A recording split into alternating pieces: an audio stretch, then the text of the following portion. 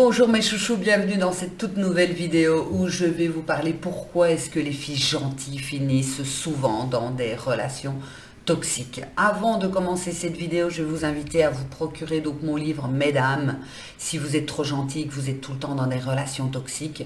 C'est Recherche désespérée mon prince charmant ou le mode d'emploi des hommes, où je parle justement dans ce livre des points qui sont importants à savoir et à comprendre pour ne pas justement tomber dans une relation toxique. Ce livre, vous pouvez vous le procurer sur Amazon, Fnac ou sur mon site internet, donc n'hésitez vraiment pas. Alors, quand on parle de filles gentilles, je n'aime jamais ce mot gentil, sauf quand on est justement une lafette, une serpillière qu'on peut marcher dessus et user et abuser de cette gentillesse. Moi, je préfère dire que je suis bienveillante. Je suis une personne bien évidemment gentille, mais je préfère dire que je suis bienveillante. Bienveillante envers les autres, mais bienveillante envers moi-même. Ça veut dire que si on est bienveillant envers moi, je serai bienveillante envers les autres aussi. Si on se moque de moi, je pose mes limites, point barre. La fille gentille, elle pose pas ses limites. La fille gentille, qu'est-ce qu'elle fait? Elle accepte tout parce qu'elle est trop gentille. Comment ça se fait qu'on est trop gentil comme ça? Ce sont des personnes qui, en règle générale, sont très sensibles. Émotionnellement, elles sont très sensibles et elles ont énormément de dépendance affective. Elles veulent plaire à tout le monde, elles veulent être aimées de tout le monde, elles veulent être acceptées de tout le monde et elles veulent surtout être reconnues comme tellement gentilles et être quelqu'un de bien.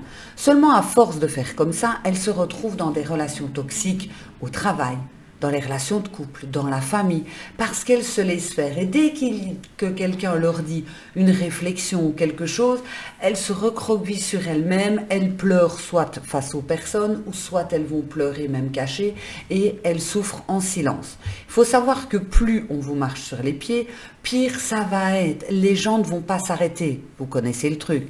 Donnez la main, on vous prend le bras. C'est exactement la même chose. Être trop gentil n'est pas une solution pour être dans une relation amoureuse. Il faut être juste, il faut être bienveillant.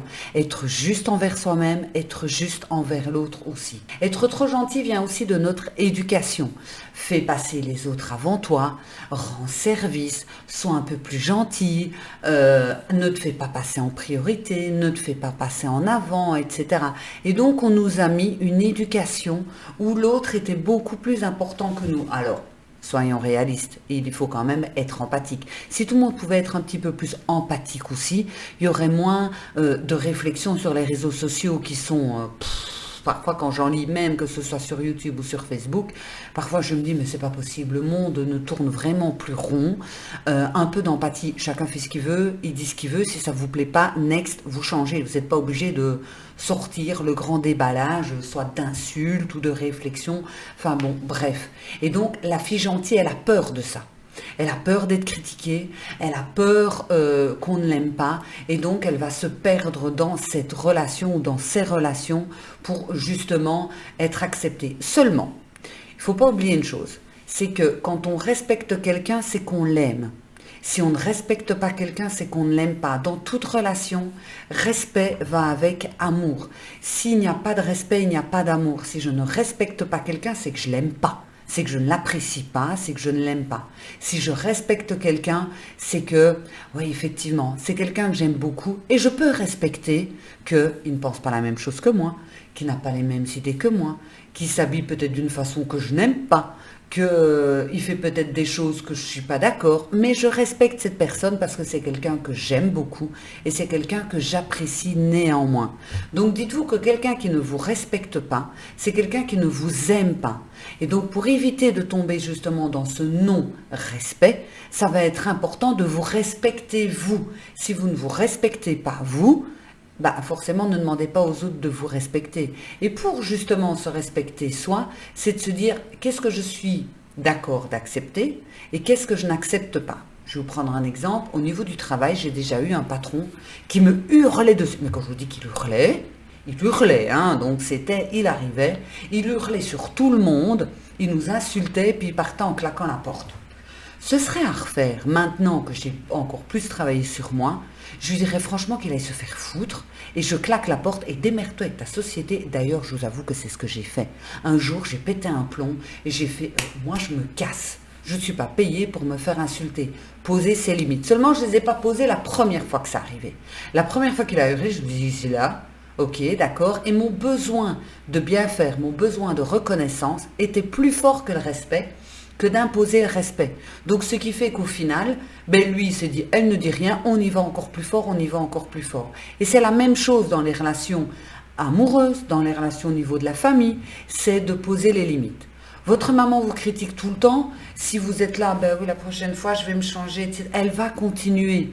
Dites plutôt, ben moi, ce que je porte, moi, j'aime bien. Tu n'aimes pas? Ok, bah oui, ok. Tu as le droit d'avoir ton avis, mais moi, j'apprécie donc de m'habiller comme ça.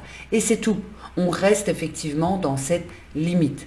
Quelqu'un, un homme, ici je m'adresse aux femmes, qui ne vous écrit que pour du sexe, et vous dites, ben je crois qu'il m'aime bien quand même, parce qu'il m'écrit quand même, et qu'il vous écrit que pour du sexe, et que ça vous dérange, et que vous répondez quand même, vous ne vous respectez pas. Moi, à partir d'un moment donné, je suis en mode, tu me saoules, je ne réponds même plus, je ne suis plus disponible, terminé, et limite je bloque. Ça, si ça ne m'intéresse pas, je pose mes limites, et je ne suis pas là, ben oui, mais si je réponds pas, il va arrêter de m'écrire, ben qu'il arrête d'écrire. Tout ce qui l'intéresse, apparemment, c'est d'avoir une relation sexuelle. Donc, est-ce qu'on s'en fout voilà, qu'il arrête d'écrire. Il ne s'intéresse pas réellement à vous, il ne s'intéresse pas réellement à moi. Donc, la gentille fille tombe réellement dans les relations toxiques parce qu'elle est tout simplement prête à accepter tout et n'importe quoi pour ne pas être rejetée, pour ne pas être abandonnée et pour qu'on l'aime vraiment. Seulement, on l'aimera pour ce qu'elle accepte de faire et pas pour ce qu'elle est réellement. La question à se poser, c'est est-ce que la gentille fille se connaît réellement? En règle générale, non. Quand on sort d'une relation toxique, on est complètement perdu, on ne sait plus qui on est, on ne sait plus ce qu'on aime, et c'est là souvent que la reconstruction doit se faire donc petit à petit. N'oubliez pas donc de vous abonner, de liker, de me rejoindre sur Facebook Nathalie Cravatte, de me rejoindre sur Instagram Nathalie Cravatte Coaching, parce qu'il y a plein d'autres contenus aussi, et surtout de cliquer aussi sur le lien qui est donc en description pour sortir des relations toxiques. Et n'oubliez pas aussi de vous procurer mon livre. Je vous embrasse mes chouchous, on se retrouve très bientôt. Ciao.